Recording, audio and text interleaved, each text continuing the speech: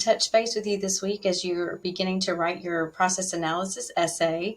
Last week you did your outline. Please be sure to check in Blackboard the grading of that outline, because I left comments about things that I thought you might need to fix or redo or change. So as you're moving in this week to write your essays, I have some very specific lesson presentations on each section of the paper: the introductions, the body paragraphs, and the conclusion. But this is just an overview of some of the major basics that I did not want you to miss. So in your introduction, I want you to start with a hook. I want you to get us interested, create some scenario where learning this trait or this skill or this action would be useful to the common reader. Try to make it sound important. And then maybe giving us a little bit more information about the process, what it is, where you learned it, how useful it can be, and then end with your thesis statement, that important statement that tells us what we should be learning to do and why. I would like for you to highlight that thesis. It should be the last sentence of your introduction. Then you're going to have your body paragraphs. Remember, you need a minimum of 3 stages to your essay, 3 stages to your process. So that means at least 3 body paragraphs. In each body paragraph, I want you to start with a topic sentence and a transition word first.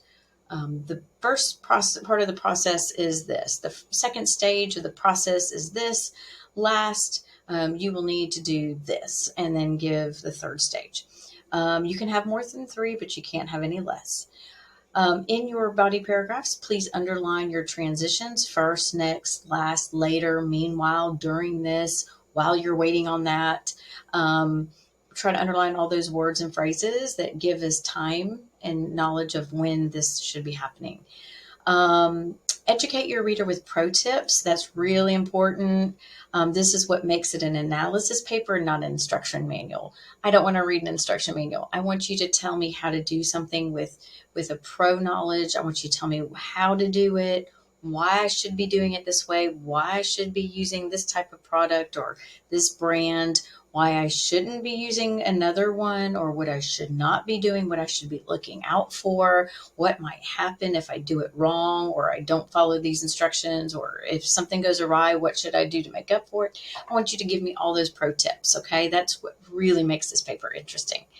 And then descriptions. Make sure you give me lots of description of what it should be looking like, or if you're describing something cooking, tasting, or smelling like. Give me all these descriptive qualities so I can see what I'm supposed to be doing as well as reading what I'm supposed to be doing. I need to be creating a mental picture of the process. And then last but not least, in your body paragraphs, please be sure to use complete sentences. Again, I do not want to read an instruction manual.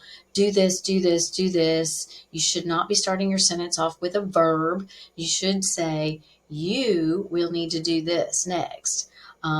Later, you will need to make sure that you do that, or a person needs to do this. A hairdresser needs to do this. A welder needs to do this. Whoever should be doing this process needs to be included in the sentence. Do not start your sentences off with verbs. It creates a very choppy and uninteresting paper, and it will count against you in the long run.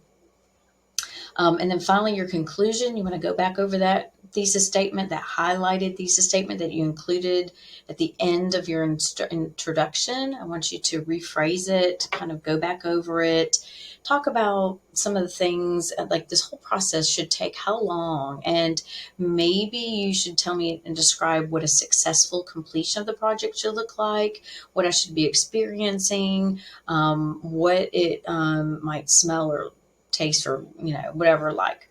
You might also go back and refer to your scenario at the beginning. So if I'm learning how to put a new tire on my car, and you started your essay by describing a scary scenario of being late at night on a dark road and you're by yourself and you feel the bump of your flat tire. And you start off with this really kind of creepy scenario, and that builds up to why I should learn how to change my tire. I want you to come back to that scenario at the end, tie it all back together at the end, come back to that scenario. Now that I know how to change a tire, that scenario shouldn't sound nearly as scary. And you're going to put me, the reader, back into that scenario, but now as someone who is accomplished and able to do the work. You might also include a note about why this process is important, why the average person would want to do this, or what it could help with, how could it change my life or my future or health or happiness or any of those things. Try to encourage me to want to learn this process. So that's a little bit about the basics. I encourage you to go back to the folder that has all of the full lesson presentations. I give examples of all of these things in those lesson presentations. This one is just a very short snippet of what's in those presentations. So please read them as you're going through this essay. Let me know if you have questions along the way, and good luck this week writing your rough draft.